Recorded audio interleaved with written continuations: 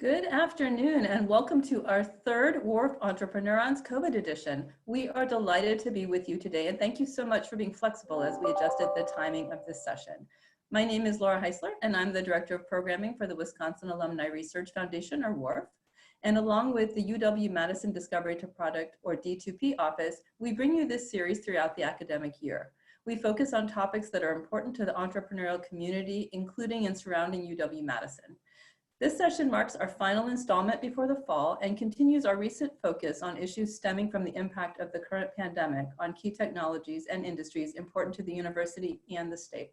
I'm particularly excited about today's session. Our panel and moderator collectively represent some of the greatest expertise in the nation on food supply chain, running from farm to consumer. Before I turn the platform over to our moderator, I just want to mention a couple of procedural details. We'll be hearing from each of our speakers and moderator, one after the other, and a little bit of back and forth between them. And then we'll be opening up the Zoom for your questions. But you can ask questions at any time through the Q&A function at the bottom of your screen. Just mouse over the bottom, you'll see the Q&A box and you can type your question. You can also like other people's questions to move them up in the queue. We will not be using the chat function during today's session. With that, it is my great pleasure to turn the mic over to fabulous farm babe, Pam Yonke, Farm Director for the Midwest Farm Report. Take it away, Pam.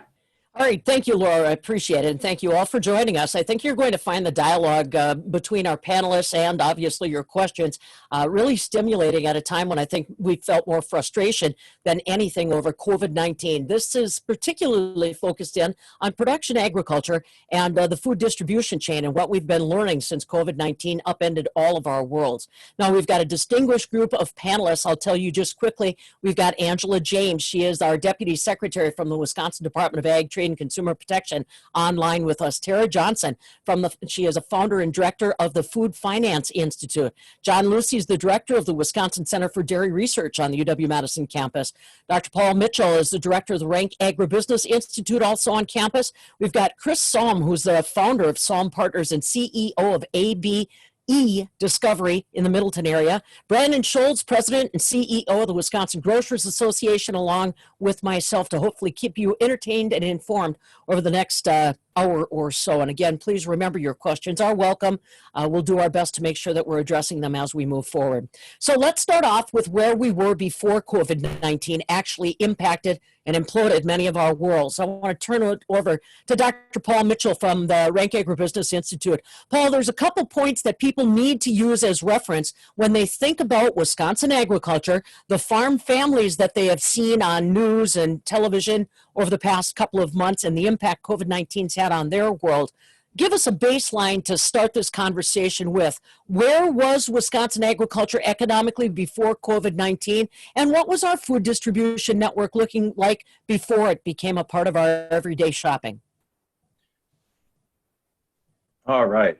Is everything working here? The sound and the video, I hope? What I'm going to begin with here is starting with the farm, the beginning of the whole sort of the food chain, if you will. I'm going to start with dairy because we're the dairy state. And what you see here is prices at the monthly level going way back to 2011 all the way up till May here of 2020. And what you see is there's been a long period here from about 2015 to 2019 where prices were pretty relatively low, below $18. And then it started to creep up. And then you see the big catastrophic fall that happened just as COVID really hit in. We saw all the images of people dumping milk and all the big concern as the whole supply chain was disrupted. And the point I want to make here is we've had several years of what farmers would consider low prices.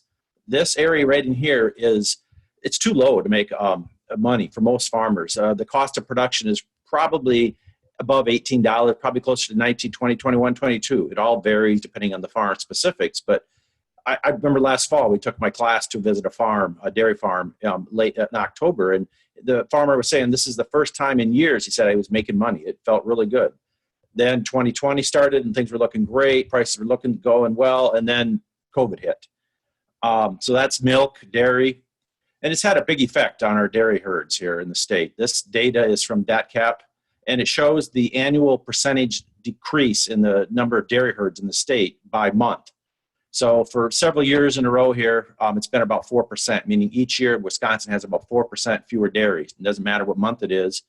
Then as those low prices really started to kick in here about 2017, you started seeing in the middle of the year, the rate of attrition, the dairy herds exiting the industry began to increase. And it went up, and then by 2018 in yellow there, already it was up to 6%. By the end of 18, it was already up to 8% almost. And then in last year, in 2019, it got to its peak of about 10% for several months in a row there at the end of 2019. And it's only here at the beginning of 2020, just as those prices were beginning to come up, that rate of decline decreased. It's still much higher than average. 4% has been our typical. This implies about a herd a day leaving the state. Each day we lose on average about 30 a month. And that's coming down, slowing down some, but it's still well above our typical average. Isn't just dairy. This is from Iowa because they have really good data. It goes way back several years, but it shows the margin farmers in Iowa were making. The price after you take the price of corn minus the cost of production, take the price of soybeans minus the cost of production. And these numbers are going to be similar for Wisconsin. The numbers vary a little bit, but corn and soybeans, the U.S. is the world's largest producer of corn and soybeans. We grow about a third of the world's crops for each of those. And yet our farmers, for several years, 2013, 14, 15, 16, 17, farmers were losing money when they were growing corn. Soybeans, pretty much the same story. The last little few years, corn has been looking good, but then just as the year, again, the 2019 crop is what farmers are selling right now, the prices are falling apart. 2020 looks like another low year. And so again, several years of below break-even prices for farmers in the corn and soybean, dairy. I could go through several other industries in the state. Cranberries have been really suffering the last several years. We have a large processing vegetable industry, the same thing there. Potatoes is doing all right, but again, a lot of these industries have been struggling. And it's had impacts. These are the farm bankruptcy filings. Chapter 12 is official title. They're registered with the federal court system. And it shows the data for Wisconsin ended as of March 31st. This is for that whole year that ended in March 31st of this year. Wisconsin had 77 during that calendar year, March 31st back to April 1st of 2019, well above every other state in the country. I looked at these numbers at the beginning of the year at the Ag Outlook Forum, and it was about 47. Is what we still, again, way above average, and we've added 30 more in the last 3 months. This isn't even all farmers. Some farmers don't qualify. These are too large for Chapter 12 filing, and some are decide to choose to file under different chapters just for various reasons.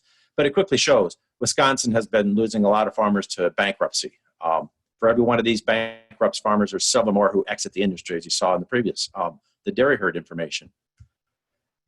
Really what's been happening here is federal support is what's been keeping farmers in business. These are the numbers that show the billions of dollars given to farmers over the last 12, 13 years here, back to 2010. And you can see it's been about $10, $12 billion a year on average. Then the last couple of years, it's really skyrocketed there. 2019, that big brown one was the market facilitation program. That was started with the trade disruptions, with the trade wars that the administration became involved in, and it had a major effect on us. And the compensation was several $1 billion going to farmers. And you can see in 2020, it's already up to $15 billion. This does not include the program called CFAP, the Coronavirus Food Assistance Program, that's in the process. Farmers are signing up for it now. The expectation is roughly $16 billion. Lots of farms also applied for the Paycheck Protection Program funding, which can also be turned into a grant, just like a lot of other small businesses. So I expect that 2020 forecast to go even higher than the 2019. Federal support has been what has been keeping farmers in business these last few years.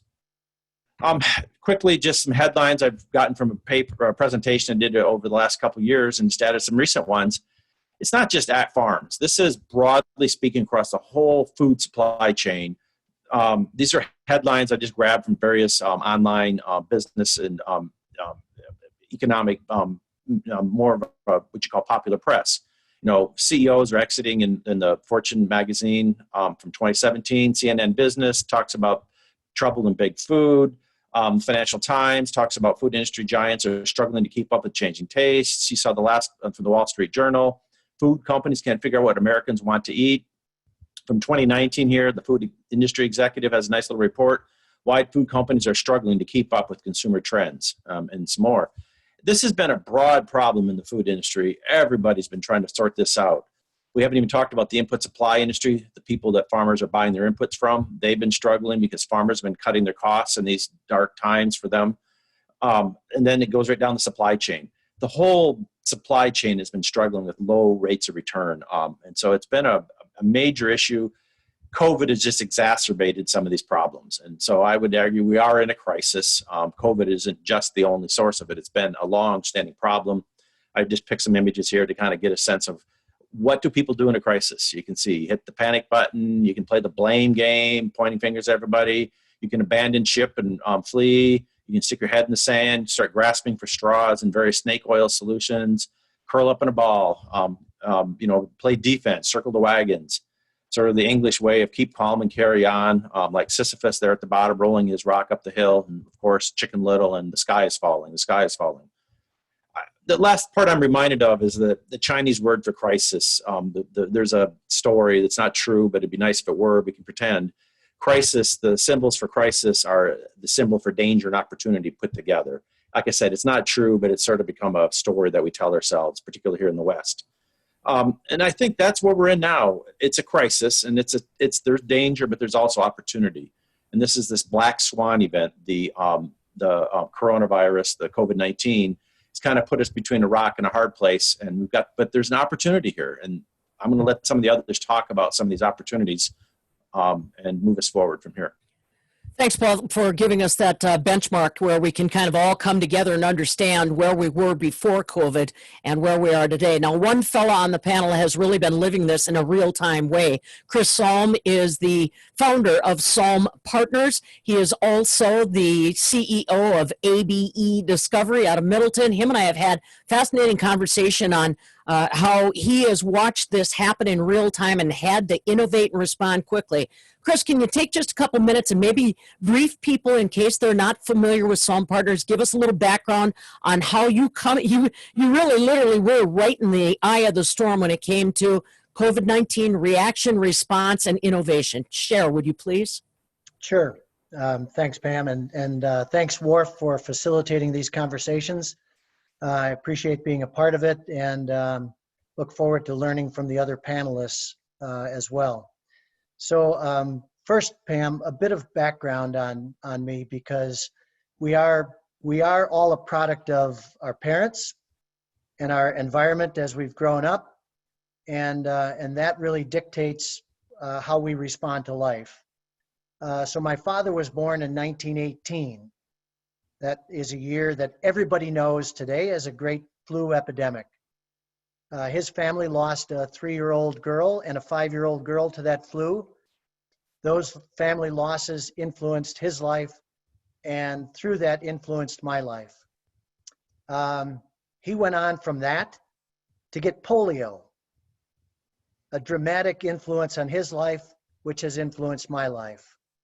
My mother grew up on a dairy farm in Minnesota and lost her mother as a teenager. My mother was a teenager. Her mother passed away from cancer early in life, and that influenced her life, and it influenced my life. My mother went on to become a registered nurse and dedicated her life to raising a family of 12 kids. I grew up on a dairy farm, learned a lot, but every time that we were faced with struggles, we doubled down and worked harder. We doubled down and thought more deeply about what was going on and figured out innovative ways to fix them. The meat industry, COVID-19, kind of synonymous, walking down the path together. Everybody understands the challenges in the meat industry. Through yesterday, more than 25,000 employees in meat plants across more than 250 plants in the country, COVID positive. More than 25,000 employees in the meat industry. Those COVID positive employees and the dealing with COVID in the workforce has significantly disrupted animal agriculture across the country, from the farm through processing to what's available in the marketplace. The shutdown of the whole of the food service industry has influenced the farm through processing into the marketplace. So COVID-19, a very, very influential pandemic. Of course it is. So what have we learned? We've learned that it's contagious. The speed of the contagion is rapid. We understand that. We've learned how to react. The reaction has been around shutting down plants, disrupting the flow of agricultural supplies through the system, right? The reaction has been changing infrastructure to better allow for social distancing and worker separation. The reaction has been implementing CDC recommendations, OSHA recommendations, EEOC recommendations, Department of Health Services recommendations, reactions. But we've also learned that we have to get in front of this virus, the SARS-CoV-2 virus. At Psalm Partners, a company that is based on new technology, we have done something that no one else in the industry has done to date, and we believe can be a model for how you manage through this crisis.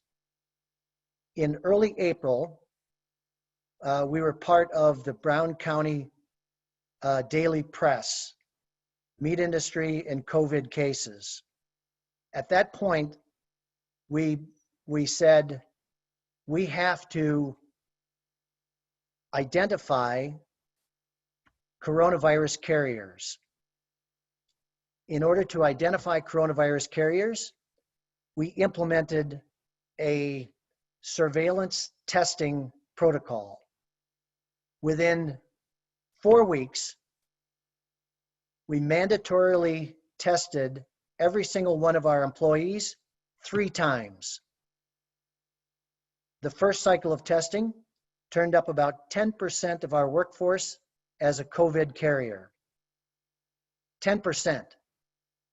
Of that 10%, the vast majority asymptomatic. The second cycle, repeated within 10 days of the first cycle, we turned up 9% of our workforce. Every single one of them asymptomatic.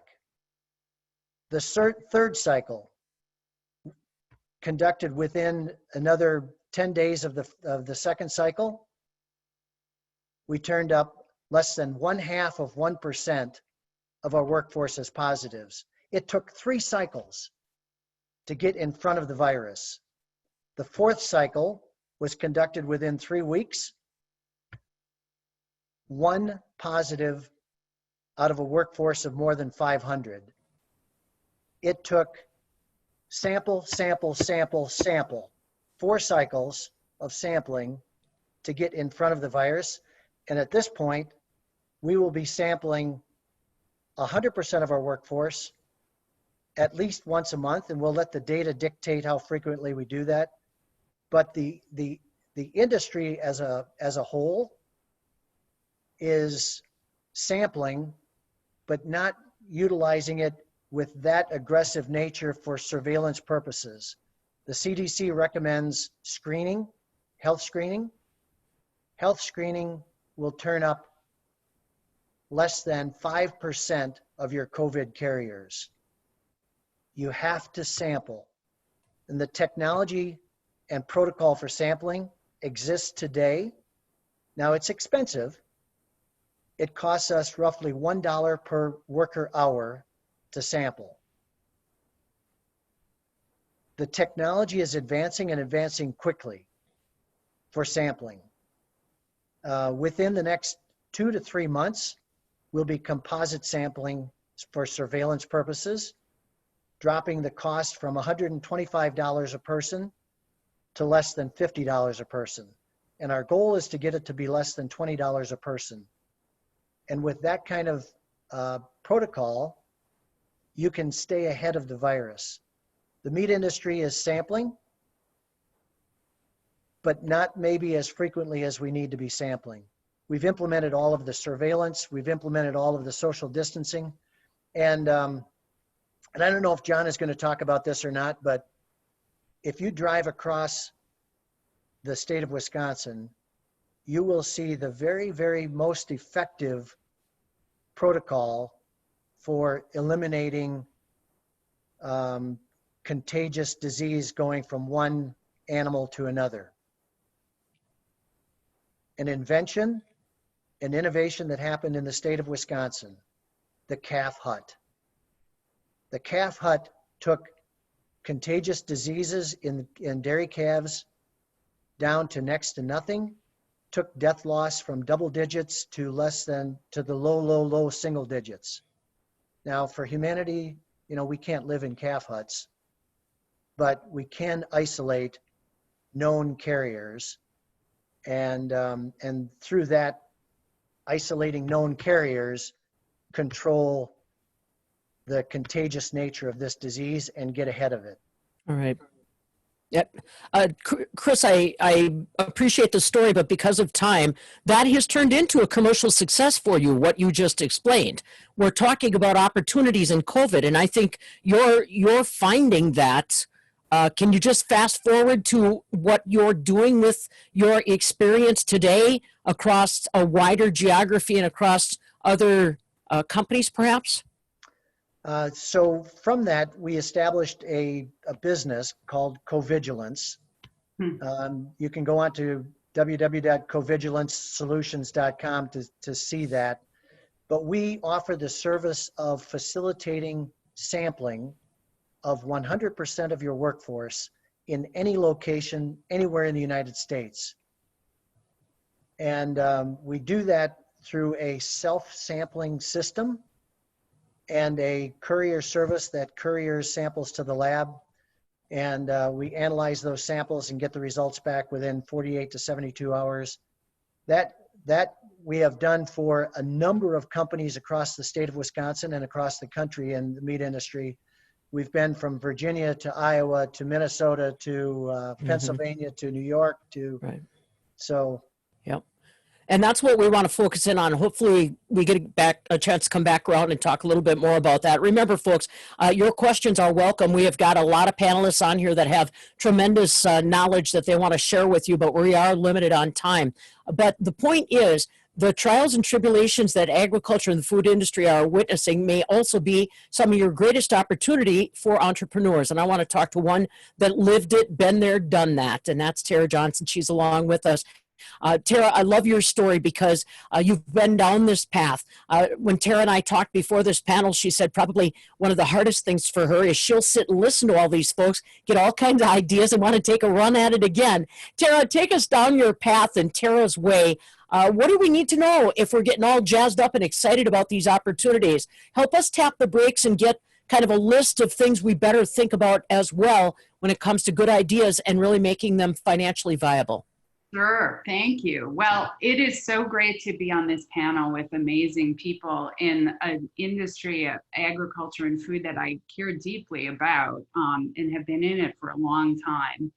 And for me, when Pam and I talked, I told her that this is like deja vu all over again, because when I started Tara's Way, we literally finished our raise and then the economy fell apart. So I'm remembering as the economy is falling apart with COVID, like, oh yeah, I was there.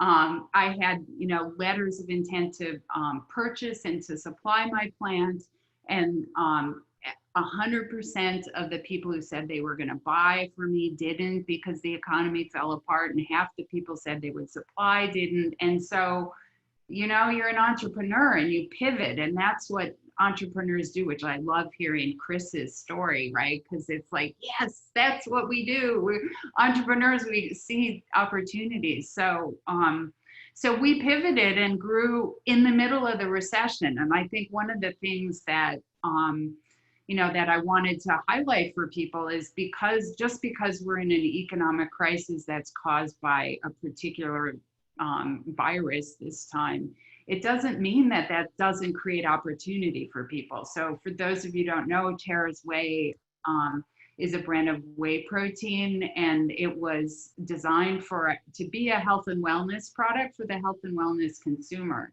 And so it's an example of a value-added, innovative product in the dairy industry, and it's the kind of product that consumers do want, right? So it's not that, all the data that we saw earlier, it's not that consumers are changing, and it's hard for the food industry to change. And the innovation that comes in from entrepreneurs that's where a lot of change happens. And that's not true. That's not just true for food. It's true for lots of industries, right? The disruption comes from the innovation that you see in entrepreneurial people and companies. So when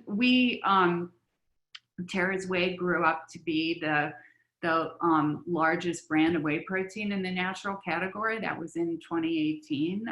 So it's been really successful. When we started the company, or when we sold the company, I decided that I really wanted to help other people be entrepreneurs. So that's why I started the Food Finance Institute, and specifically about money, because you can't get very far as an entrepreneur without money. And so I focus on finance and money in companies. You're going to be hearing from CDR later, who's an amazing resource for entrepreneurs too in the state, in dairy in particular. But what we do and what I do when I'm working with people is Pam, your thing about, there's lots of people can have ideas. What does it take to actually turn it into a company or a successful company? And there's so many things about that. But what we do is really focus on getting a business model that can actually make money. So this is like an analogy would be, we were looking at data before about how farms have been losing money. They have a business model that isn't profitable given the external environment, right? And in entrepreneurial companies, you can't lose money for that long because usually the government isn't jumping in. Now with COVID, that's not true. We've had programs like PPP and EIDL that have been super helpful for the innovative young companies that I work with these days, and farms, by the way. So they got to get a business model. We work with them on getting that defined. And then critically, you got to be realistic about the money side of it and how much money it's going to take to start it, how much time it's going to take, so how much funding you need and where you go and get it. And so we spend a lot of time working with both. We do work with farms too, mostly value-added, high value-added farms, and also food companies, and help them do that. Yeah. So the opportunity was there. You've got to steel your nerves, so to speak, in this kind of economic climate, but it's still there. We may get a chance to come back to you, Tara. I appreciate the question, or the story of resilience and making it a success ultimately in the end. Now, how you do that, though, can be critical. Having good advisors in your corner and making zero mistakes in this erratic world can be really challenging.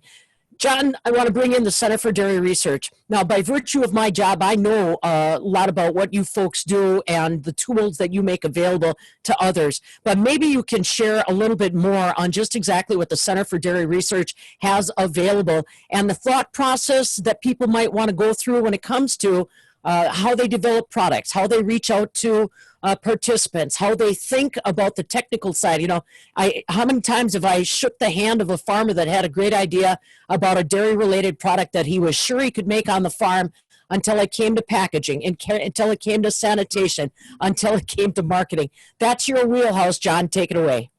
Thanks, Pam. Yeah, yes, there's a lot of challenges, a lot of opportunities. A little bit about CDR before we get into it. CDR has been on the Madison campus since the mid-1980s, and we have about 40 staff, and we work with lots of programs on campus and off campus. And one of the things we really focus on is trying to hire people back from industry and kind of merge them with the resources of academics as well. So the world-class university we have. So trying to be a place where people come back from industry with ideas or challenges or insights and marriage that with what we see on campus as well. And these people come from both the ag sector, the dairy sector, and other kind of sectors. We are unique in that we're primarily funded by farmers through the checkoff program or through industry. And really, we are focused constantly every day talking about how to help industry, and whether that's a small farmer to start a business in the dairy side, or whether it's one of our co-ops here, helping them create new products or specialty cheese or other kind of things.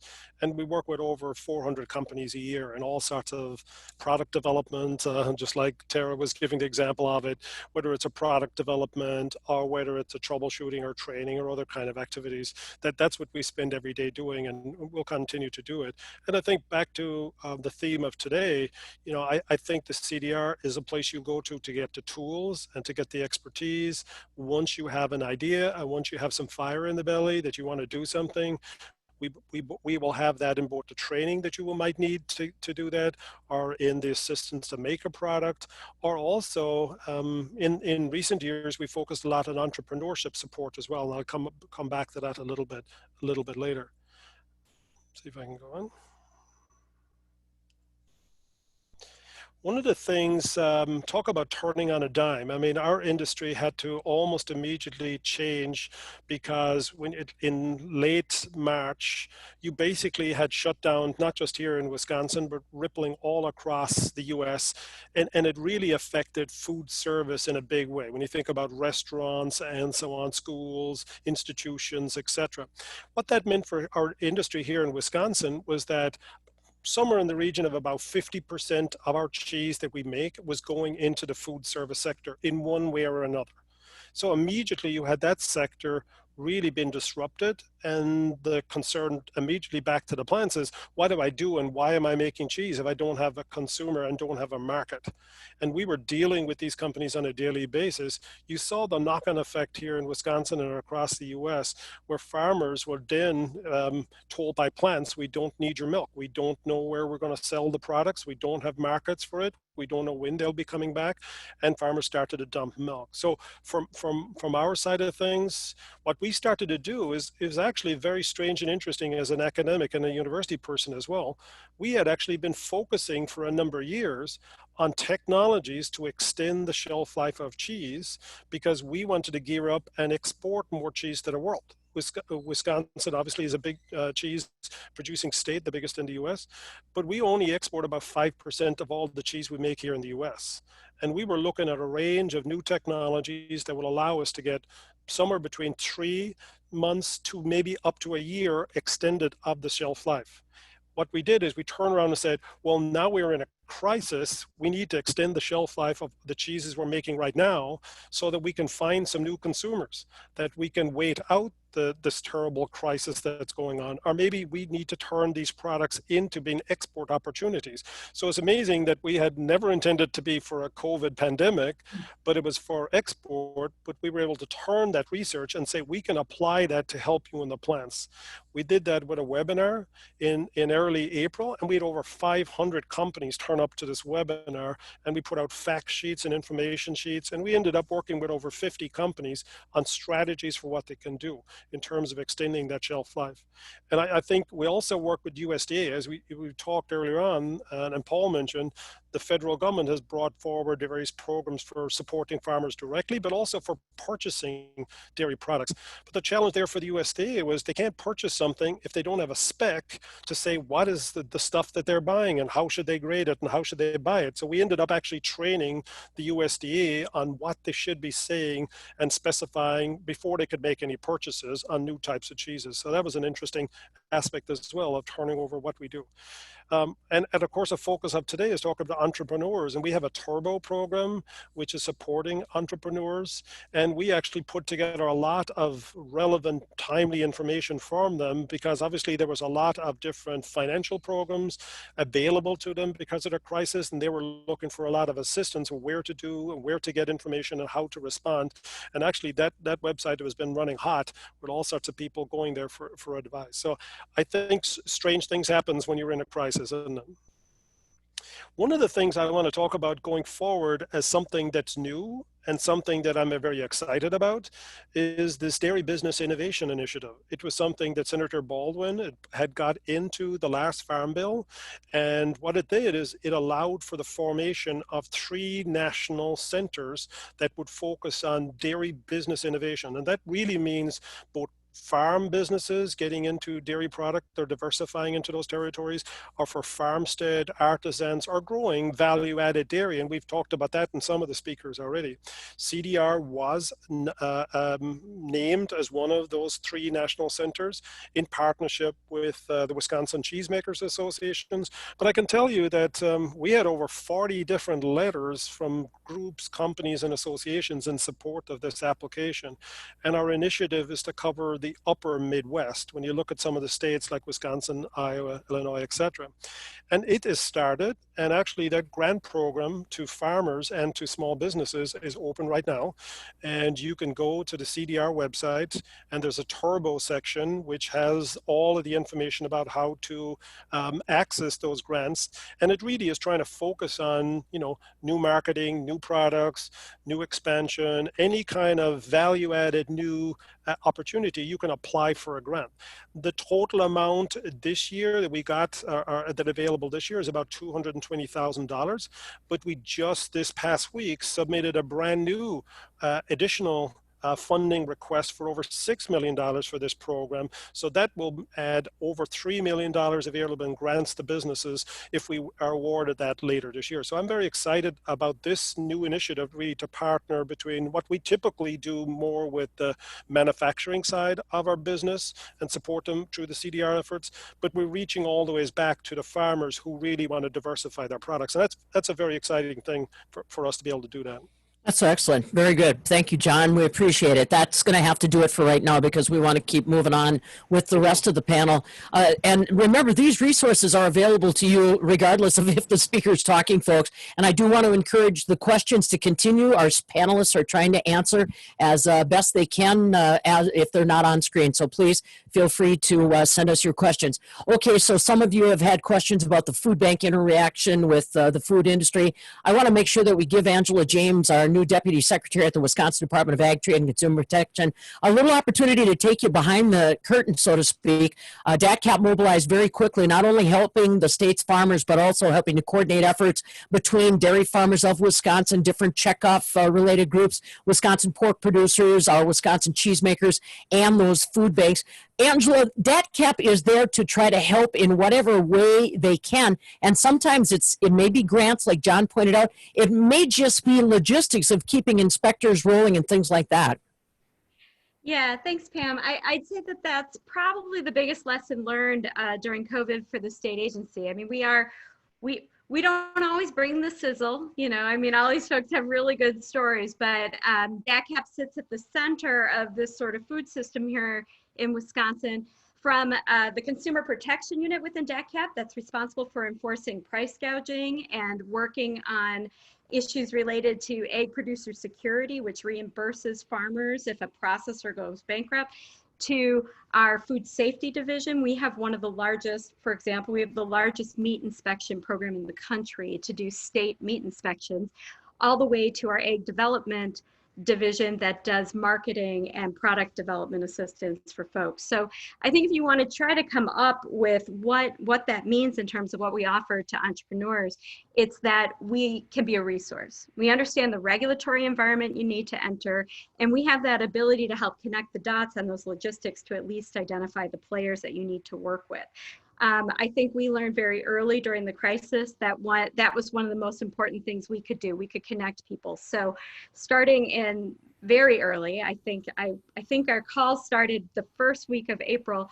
We started doing hours and hours of calls, bringing together people like Brandon from the grocers and others within the industry to talk about what they were experiencing with food supply and delivery. And we learned a lot by bringing in all aspects of that supply chain, where previously we'd only really focused on where we regulated or the people who came to us for innovation and help. We pulled in everybody to start talking about what they were seeing with this incredible disruption. And it created a lot of opportunities to help address emerging issues and maybe get ahead of a few. And we're going to try to carry those with us forward as we try to take a step back and ask ourselves, what can we do with Wisconsin's food system to make us more resilient, to offer opportunities for entrepreneurs and our existing businesses to profit and outcompete other other industries here in Wisconsin. I think it's important, and Professor Mitchell didn't drop what we drop all the time. It's a $105 billion industry in Wisconsin, and the UW puts out an impact report that about 1 in 9 Wisconsinites who have jobs work in something affiliated with agriculture. So this is an enormous part of our state's economic health, and we at DACAP try to sit in the center. So I ask people, reach out to us as a resource, and we intend going forward to continue to convene people to have these conversations. To answer the food bank issue, thanks, Pam. We did, there was a lot of stranded material, and we worked with a lot of the producer groups, like we had the Passion for Pork program with the pork producers.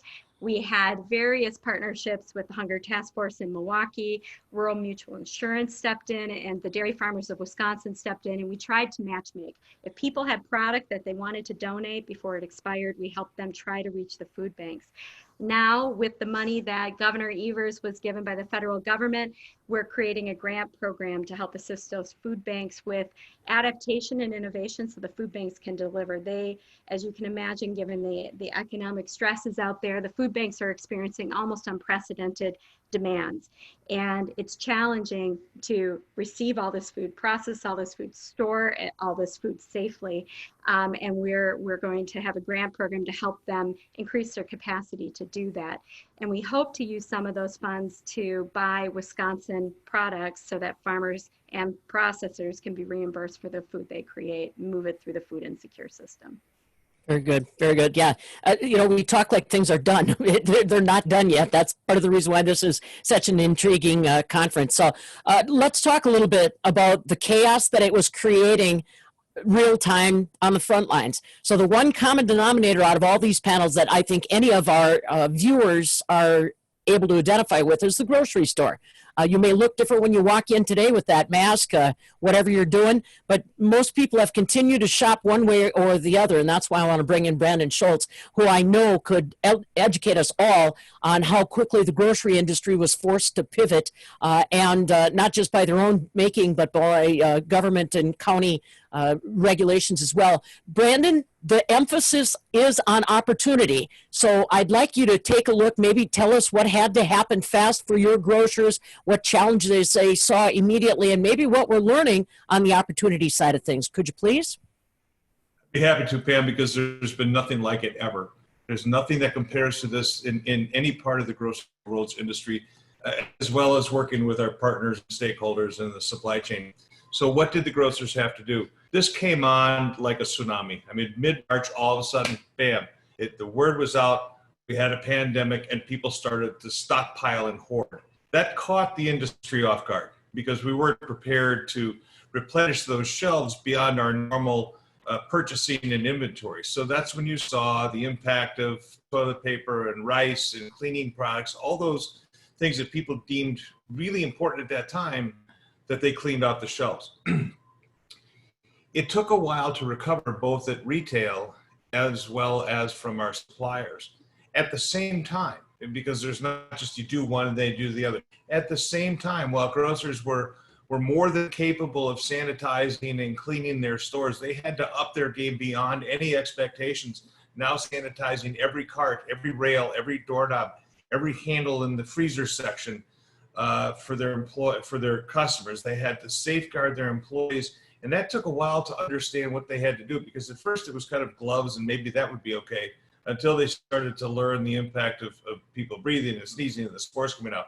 So you saw in rapid succession, changes happen quickly. I remember one day I got a call from a guy who said, I'm the only guy in the Midwest that could supply plexiglass to your stores for sneeze guards. Well, guess what? There were about 100 of them. And within a course of a couple of days, every store had sneeze guards up. And it wasn't just grocery, it was your hardware store and any kind of retail business. So each day, each week, they had to figure out what they needed to do while at the same time trying to run a business. So the pressure then went on to create social distancing. You started to see the decals on the floor. You started to see every other lane checked down. Anything they could do could help in the physical distancing issue. They also had to deal with their products. The government shut down salad bars, hot bars, water dispensers, soda machines, coffee grinders, anything that had a button on it was gone. in a lot of cases, there was questions as to what you could do with deli, and some kept deli, some shut their deli. Everybody went to wrapping produce. Meat cases were shut down and pre-wrapped and put in the store. So all this is going on this week, and then the next week, and the next week, and the next week, all the while trying to make sure that their customers could come into the store, have a safe shopping experience, get their stuff and get out. That was the next thing. Teaching customers to get in the store, have a list, shop smart, and leave. Don't bring your kids. So we had to force customers to change their patterns. Customers had to learn on their own to change their patterns. If they had product loyalty, when they're used to buying a certain kind of chicken or name your favorite soup, if it wasn't there, they had to buy something else and they had to move along. So that has changed part of the merchandise and the market. I know somebody had a slide over there that says, the soup companies don't know quite what to do. They ramped up production in early March to meet the demand and still could not meet demand.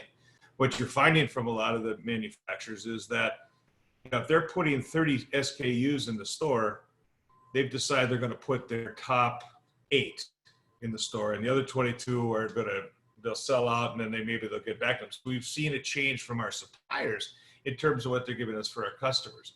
But all along, it's been a function of what can you do to maintain some sort of safe shopping, give your customers confidence, because they have to shop. Now, what we've seen over the weeks is that, and I hate to go in the point of saying things have settled down a little bit. I think maybe it's because grocers have adapted and now understand their customers a little bit. They're working with their suppliers to understand what's coming in, but we've still got a lot of things coming. One of the biggest changes that we saw was online ordering and online shopping, where depending on the market, depending on the store, you saw their business around 2, 3, 4, maybe 5% of their business was online. From mid-March until end of April, probably into May, that jumped almost 350% to the point where you saw, grocers having unbelievable sales. It used to be that you could kind of go in the morning, order what you wanted to pick up at 4 o'clock, and it would be there. Now you've got to wait. You had to wait to get in. You had 3 or 4 days before you could get the product delivered, picked up. That settled down a little bit now. But what the opportunity is created here is that ramp up that quick was going to take maybe 3, 4, 5 years as online ordering was going to double kind of every year. Now that it went so high, it's going to settle back down. It's still going to be beyond what the expectations were. So now they have to have a suitable platform to be able to do online sales. They have to ramp up their delivery. They also have to ramp up their online pickup. And so for that much business, you can't do it as we did it back in February. Now you've got to build a little mini distribution center inside the store, and you have to be able to accommodate the size of those orders. So this is an ongoing thing. You're going to see all the safety precautions put in place, right, likely to last into next year. There's no talk of settling it down. Let me jump in here, Brandon, because we've got a question, and I know you and I talked about this before the conference. I did not realize the connection that grocery stores have to food pantries, food banks, and daycares. That's the other thing that really, you and I had talked about a grocery store having to have a big heart because we're going where we've never gone before. Explain that quickly if you can. Well, they've always had a big heart for food pantries and food banks. It's been one of, it's been a dedication of the industry to help their local partners, whether it's your local food pantry or some of the bigger food banks, not only from the retail suppliers, but from our wholesale suppliers and manufacturers. So everybody participates, but we also recognize that this was a time when you had to up the game. And so while you're trying to keep your shelves stocked and, have product there for customers, you're conscious of what you can do for the food pantry, the food banks. It also presented other challenges. So you saw stores dedicate hours for older shoppers to come in at certain times, so that worked. One of the ones that we worked to deal with was with daycare centers across the state, and there's thousands of them who have strong nutritional needs, requirements that they have to put in place. And when they go shopping for their kids and their families, it's difficult when we're at 60% or depending on what the product is. They need cleaning supplies for their facilities. And if we can't get, products, even substitutions, it's tough. When we went through the whole thing of the transition from when our dairy farmers lost their school and institutional restaurant business grocers eventually picked up 15% of that, maybe a little bit more, but it took in a transition a while for the supply to get that extra product in, as well as putting it into packaging that is suited for retail as opposed to the others. So, you saw some limit 1 gallon per customer. Well, that doesn't work for a daycare center that's got 30 kids. So we're working to try and help them accommodate and have better relationships with grocers. So the grocer understands what their needs are, when their peak times are and stuff like that. So these are all things that there's never a no in there. It's just what can we do to figure out what we don't know, how to make this work. So all those challenges came, and they're going to keep coming. Right. The other thing that Brandon didn't get a chance to visit with, and you'll have to follow up with him because we're running tight on time, is that through the Department of Ag, Trade, and Consumer Protection, Brandon reached out to the meat industry as well. They're local butchers that have been taxed, as Chris kind of started with, they went from zero to being buried in the red trying to process animals. Brandon has been working with his independent grocery stores in Wisconsin to try to make sure that they are aware of each other so that their grocery stores, when they're having a tough time finding pork or getting chicken or whatever, there's a local supply there. And I appreciate Brandon and Angela for working together on those kinds of things. We'll just say DATCAP had a great idea when the meat industry collapsed and they couldn't process. All those local meat processors, they put together the database that we sent out to retailers. I just saw a report yesterday that said they're booked up solid through the end of this month and booking into July. So great success story. It's a good part of the business, great partnerships to have. Credit to DATCAP on that one. But again, and I'm an old dog in this business, and you just kind of say to yourself, duh, why didn't we think about it before? But that's what COVID has done in a lot of regards to our food industry. I recognize the clock. If you've got questions, please get them to us as soon as possible, and I'll trust Laura and some of our WARF friends to make sure that they're answering some of the logistical ones regarding this recording and this broadcast. I want to go back to the two people that I kind of started with. They are the ones that been there, done that, and may have some sage inspiration, I hope, for any entrepreneurs that are trying to get a hold of the opportunity that COVID has presented to us. We can go all day long about the disruption, but where do you see the vision for the future? Tara, I want to start with you because, again, as I said, you entered the market as an entrepreneur at a time when everything fell away from you, from financing to processors to partnerships. So what inspiration or what motivation can you give those entrepreneurs that are online with us now to keep carrying them forward? Yeah. So the first thing I will say is keep at it. It's the thing about being an entrepreneur. Like, we are the people who see rocks in the middle of the river and we get our kayak right up next to it and shoot around it. Like we just figure out a way to move forward. And a lot of that is just, failing fast forward, that idea you talk about in entrepreneurship. I mean, I went through hell and it all worked out, right? It worked out great. But it was hellish. The other thing I'll say, and I see this in lots of the people I work with, before COVID, if you were in the food business or farming, having a strategy for online was sort of like a nice thing to do when you had time to do it. That's not true anymore. Like, you gotta be able to figure this out. Like the grocery stores are doing, all the brands have to do that now. And even farmers. I mean, some of the farms I'm working with are the direct marketing consumer. Their business is up like 500% right now. But they too had to get their act together about how to get online and how to take orders and how to ship stuff, and there's things to figure out, right? Yeah. Well, and hopefully some of the people that are on this video call can help you with some of those things to figure out. That's what it's all about, and I appreciate that, Tara. I'm going to just quickly interject my personal opinion as a farm broadcaster that's grown up and been in this state my entire career, my life, and it's always been connected to agriculture. People have never been more aware than ever before of where their food comes from, who is producing their food, how it gets to them or doesn't get to them. They are so engaged with Wisconsin agriculture, the individual farms, the labels, the brands, and how they get that food. I think it is a sweet spot, if you will, out of a very dark spot, that black swan that Dr. Mitchell pointed out. As we wrap it up, I want to go back to Chris Salm, who began his comments by going back in his family history. It's a terrible phrase, but if it doesn't kill you, it makes you stronger. Chris, as an entrepreneur, where do you see the opportunity? How do you continue to inspire your team and other entrepreneurs you come in contact with? Well, fabulous, Pam. We have to have a fundamental belief that the greatest age in the history of mankind lies yet before us. So I told you a bit about my father, right? He passed on some wisdom to us as kids. Early on, he bought and sold horses to make a living for the family. And he would always say, if there's a pile of horse manure, there's got to be a pony in it somewhere. So find the pony. And in this COVID-19 situation, here are a few thoughts about the pony.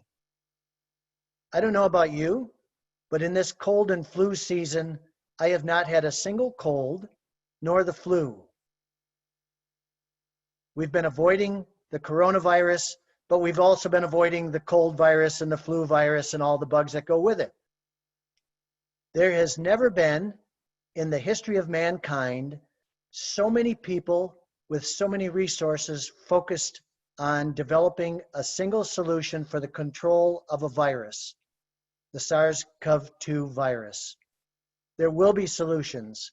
In fact, yesterday there was an announcement that a company in China has a vaccine going to the Chinese military to be implemented on humans. A vaccine against and that is phenomenal speed. There are 150 various vaccine platforms being developed today. Until that vaccine shows up, utilize the resources to identify and isolate, make sure that you're healthy, make sure that the people around you are healthy. But the investment in technology and the ability to get to technical solutions is just phenomenal. UW-Madison, right in the heart of it. University of Wisconsin Systems, right in the heart of it. Wisconsin Agriculture, right in the heart of it. I've never been more optimistic.